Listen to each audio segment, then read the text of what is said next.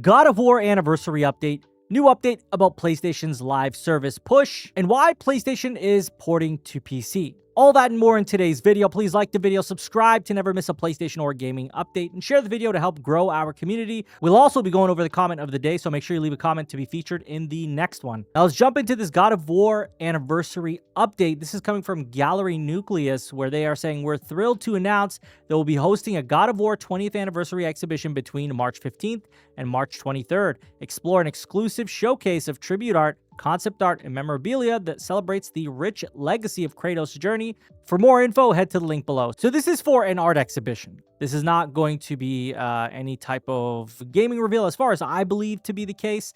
I know that this is legitimate. This is a real thing that's happening. And I think it's going to just showcase some cool art, right, for the anniversary. I don't want to say or put any hopes in anyone's minds that there's going to be a game reveal here, because I really don't think there will be. I think this is very likely just going to be some art being showcased, and that is all. Now, if we're wrong, and there is, then that's a big surprise for us. But I definitely want us to temper our expectations as far as game reveals go here, right? It just does not seem like the right place or time for this as far as that goes. But I do see a lot of people are excited about this. A lot of people are showing a lot of excitement about this, and I think there's reason to be, right? It's a big anniversary. It's something that we hope will come with some sort of God of War reveal at some point. Not here, but eventually at some point. And maybe that will happen. But it's hard to say for sure if that's the case this year. But I do think that Sony's surely going to do something. This can't just be the only thing they do. I think they might be able to give us something else, at least in 2025, as far as God of War gaming announcements go. Let me know if you guys think anything cool will be revealed this year, or if you think that this art gallery show will have something as far as gaming content. Moving on, we're talking about Sony not forcing their studios to make live service games, and this came from Shuhei Yoshida, who did an interview with Sacred Symbols and Colin Moriarty, who is an obvious name we all know in the gaming realm, and especially with PlayStation. In quotes, he says, "From my experience, when studios see the company has a big initiative, they understand riding on that gives them a better chance of getting a project approved and supported. So it's not like the current head of PlayStation Studios, Herman Hulst, is telling teams that they need to make live service games. It's likely mutual." And this is very much a situation where he is saying what he thinks to be the case. He's not saying that this is for fact the case.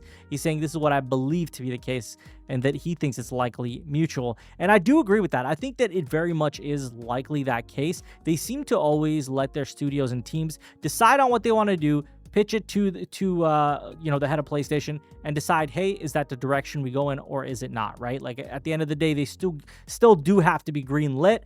Maybe a studio like Naughty Dog can do whatever they want because they're proven, but I mean, I'm sure that majority of their big studios like Santa Monica Studios, Sucker Punch, I'm sure that they get to truly decide what they want to do. So if this is true, that means they were not pushed into live service games, that they chose to do that.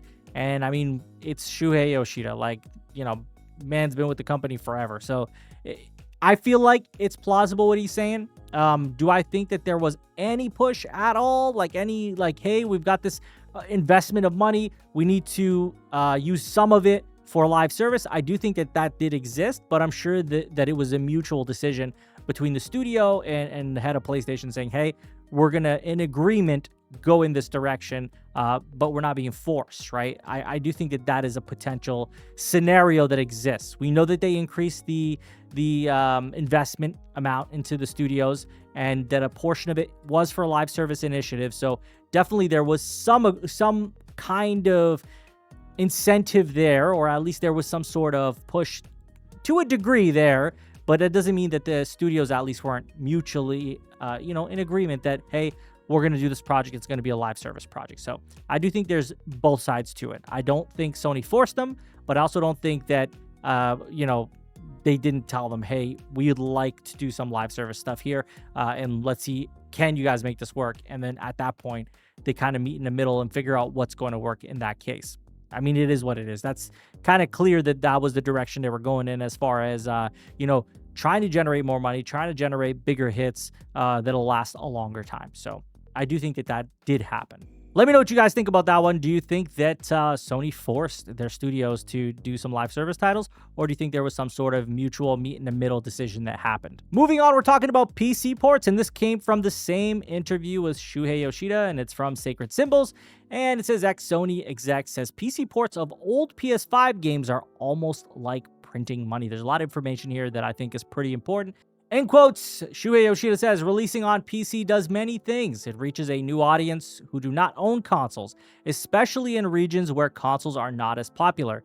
The idea is that those people may become fans of a particular franchise, and when a new game in that series comes out, they may be convinced to purchase a PlayStation. He also goes on to say it also adds additional income because porting to PC is way cheaper than creating an original title. So it's almost like printing money, and that helps us to invest in new titles. Now that the cost of games has increased. So two very good points here. Number one, cheaper than creating a whole new title, which is obvious.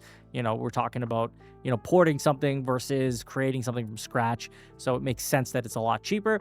And it also makes a lot of sense what they're trying to do here. They're trying to target people who aren't on console or in a region that isn't so populated with console players. It's like China, for example, which he says later on is a big target for them. And let's talk about that quote. China is a huge PC game market, and China is a growing but very small console market. In order to reach the audience in countries like China, then it's crucial to release on PC. So I believe PC versions really reach a new audience. And this kind of goes back to what we're talking about here, right? Whereas PlayStation is porting to PC from the beginning, we said, to bring people over to the PS5 or PlayStation console, whatever it is, to play the new games. It's to give them a taste and bring them over. And a lot of us figured that out a long time ago, that was likely the incentive here.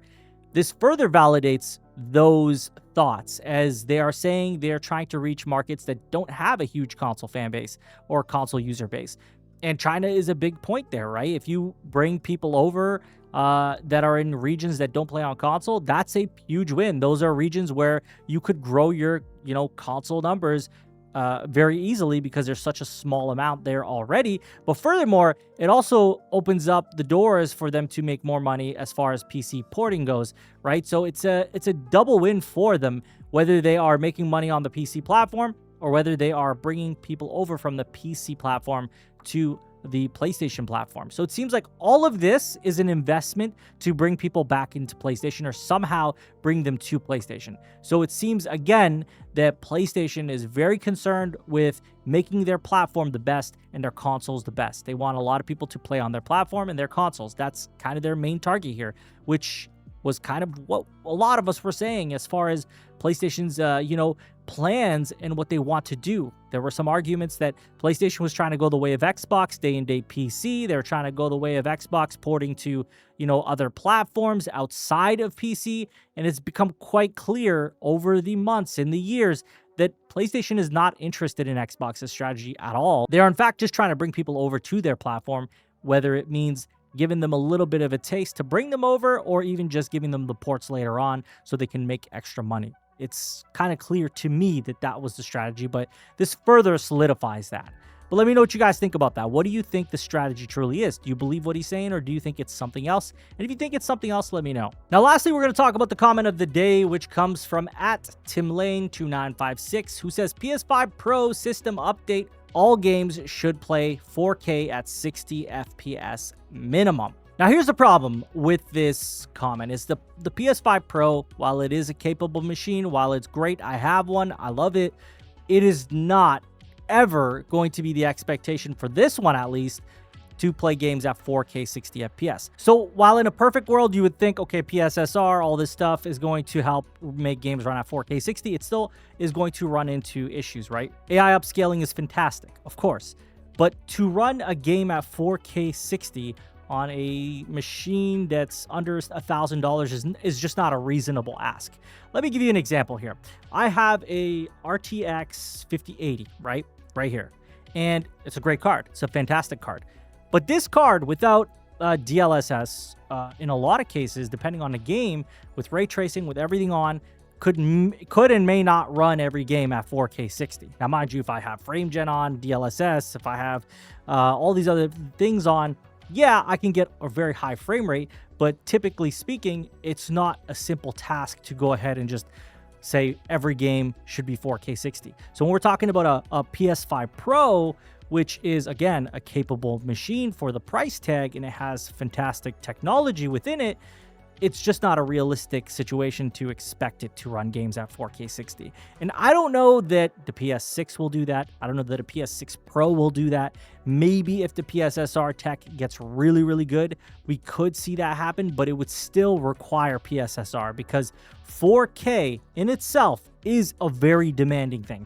On top of that, throw 60 FPS, you're looking at even more demanding hardware. And a lot of these companies are going into the AI realm because it means they don't have to chase hardware gains, right? Like, or hardware performance in itself. Rather, it leverages AI, right, to help boost those numbers and make things look better because it's just cheaper. And also, it's more effective in this case, right? At some point, you're hitting a bit of a wall in terms of trying to make that happen. Now, I'm no PC enthusiast, but I'm just telling you from my perspective what I believe to be the case.